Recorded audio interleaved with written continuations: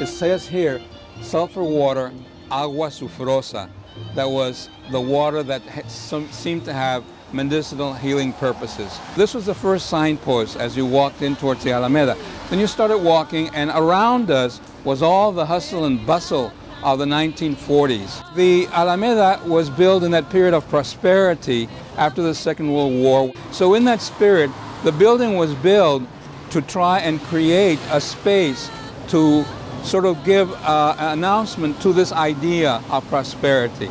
This place, not only was it historical in the context of its films and being a safe haven for Mexican Americans for cultural expression, to see a movie and walk in the front door and not have to walk through special doors that happened at movie theaters just down the street from here, and because they were a class apart. And so here, everyone was equal.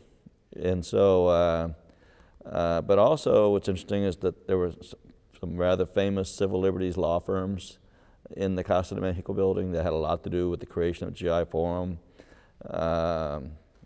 Also the creation of the fact that we are a disenfranchised community in this country, and so forth, and labor unions and the Mexican consulate. So this was a place that was intended to be for Pan-American cultural understanding, to promote trade, and so forth with Mexico, and so on. So this is a very, very unique, special place historically.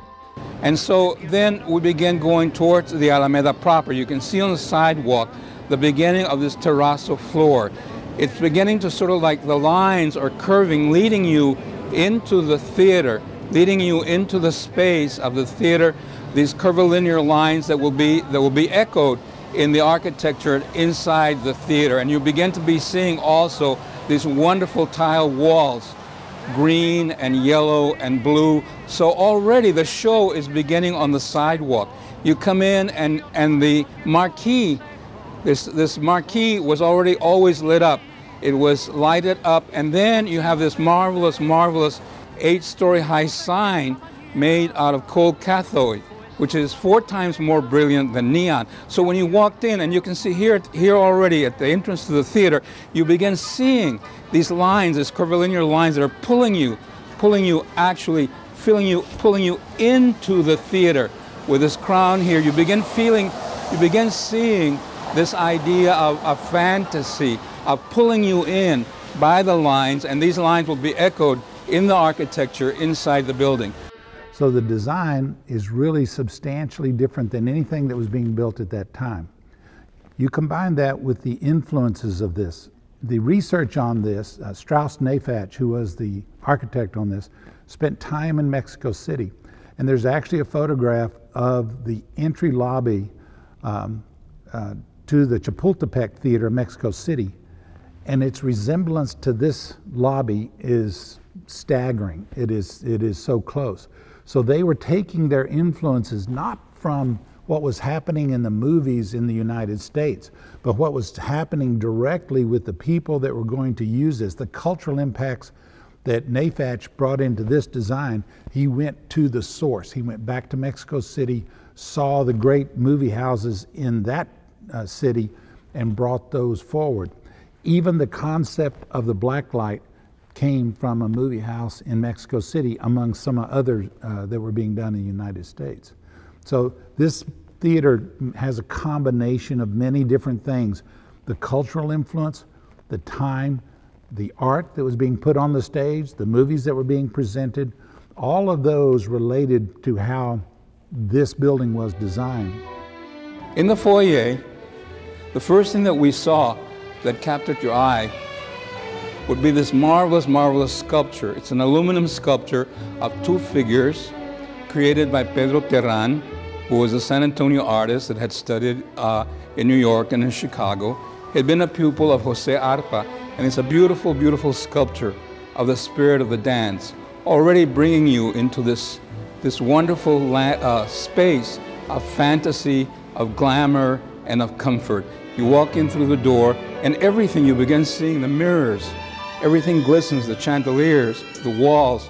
Embedded in the walls are these flora. And then you open the door, and we go into the real fantasy land, which is the theater.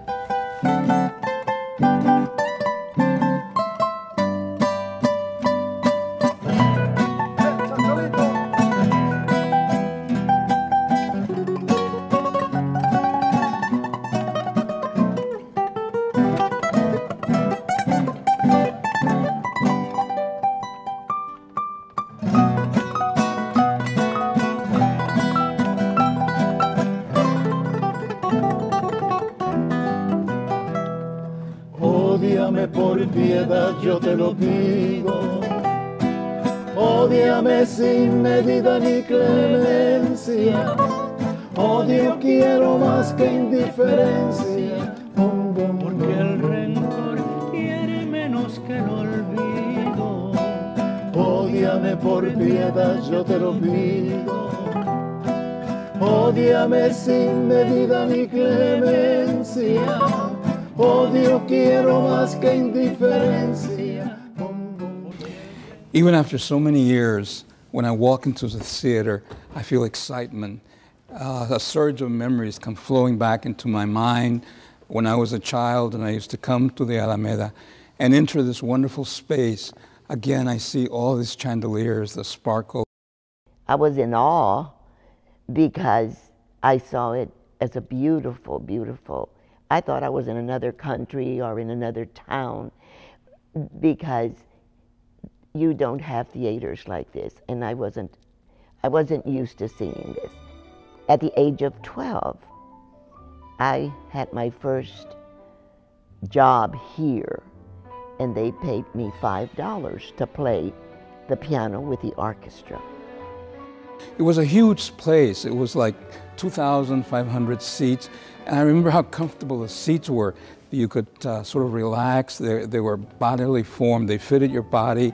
It was very, very comfortable. And it was this wonderful, wonderful, grandiose space, an iconic space. It had murals. And what I remember when I sat down, I would look at the stage, and it had this wonderful, wonderful curtain. It was curved just like the lines of the theater. It was made out of silk, and it cascaded down like a waterfall. All of this was at the point of excitement right before the lights went out and the movie began.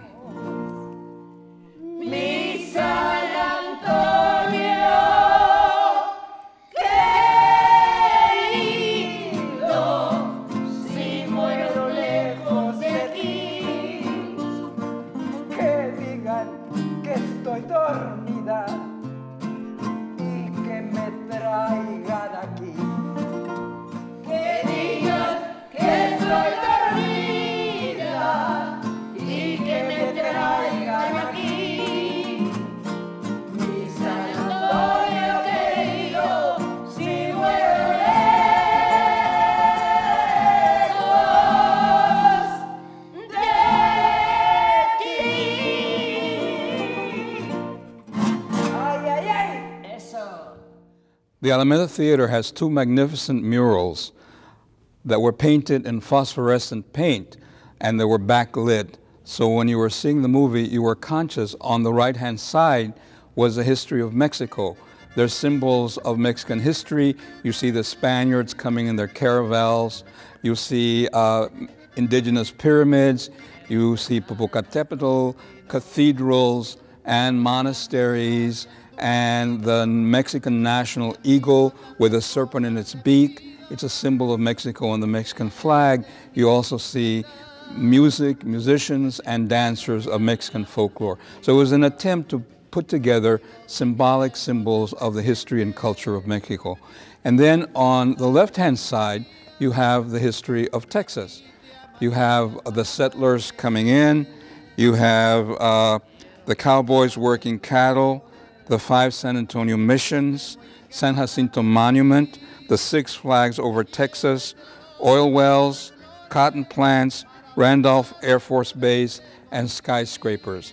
So what you have is the history of Texas, the history of Mexico, and then in the middle, the audience was the Mexican-American community that put together both cultures. When you go back to that era, the Majestic Theater, Empire Theater, the Alameda, it was such a wonderful place in the downtown area where people all came down here for entertainment, and some of the great entertainment that you've had in here, as well as films in here. So it was an historic issue of bringing it back to what it was before, and now that the work's being done, we're getting closer and closer into making that a reality. The Alameda Theater was a place that showed the achievement of the Mexican-American community for San Antonio. Everybody would dress up when they would come on Sundays because you felt pride in coming to this place that was so unique and was a part of that wonderful mix of cultures in San Antonio with its German and French and many other cultures that make the city one of the real unique cities in the United States. Le pido a mi querida ciudad un deseo especial que me conceda, que levantemos nuestras voces y que se haga todo lo que se pueda para que viva otra vez el Teatro Alameda. My dad, who says he is always right, tells me that it was most likely on a Friday night, and my mother, with slightly clenched fists, insists that it was probably on a Saturday, and that they both held hands all the way. He in his old black shoes, spit shine to look brand new, ella en un vestido nuevo hecho de seda, the first time they went together to El Alameda.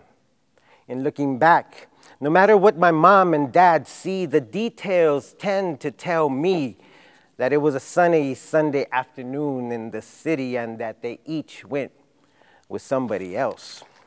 But that's the way it is with things like this. Childhood recollections, épocas de oro, a first kiss. The film of memory is never the same once the lights go out and you lose yourself in the magic of imagination. Al fin, el recuerdo en el corazón es lo que queda. Que viva siempre, que nunca muera.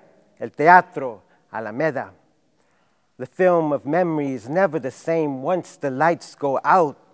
Se apagan las luces y se callan las voces, and we sit backlit as the stories of our soul are thrown against the screen, blown up larger than life. Fuimos a las vistas y vimos nuestras vidas. And in the silent contemplation of mystical spaces between still frames, in the illusionistic motion of movies, we discover that we are the source of the movement. Al fin, el recuerdo en el corazón es lo que queda. Que viva otra vez el Teatro Alameda.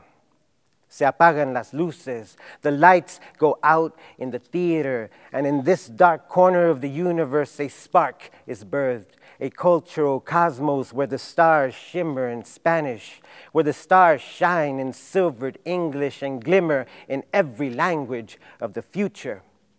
Perdido en la dulce oscuridad de mi mente, donde todo el mundo da vueltas como una rueda, me encuentro otra vez más sentado en el Teatro Alameda. If memory serves me right, this will probably happen on a Friday night, or as others say, on a Saturday, and we will be holding hands all the way. As for me, I would still like to entertain the possibility that this will occur on a sunny Sunday San Anto afternoon here in the heart of our city. But I guess it doesn't really matter. It doesn't matter at all. You have only to recall the electric flicker of white and the clicking roll of reels to remember how it feels. The film of memory is never the same once the lights go out and you lose yourself in the magic of imagination. What counts is the belief that we take with us when we leave. Al fin, es el recuerdo en el corazón que se queda. Que viva siempre, que nunca muera el Teatro Alameda. Le pido a mi querida ciudad un deseo especial que me conceda. Que levantemos nuestras voces y que se haga todo lo que se pueda para que viva otra vez el Teatro Alameda.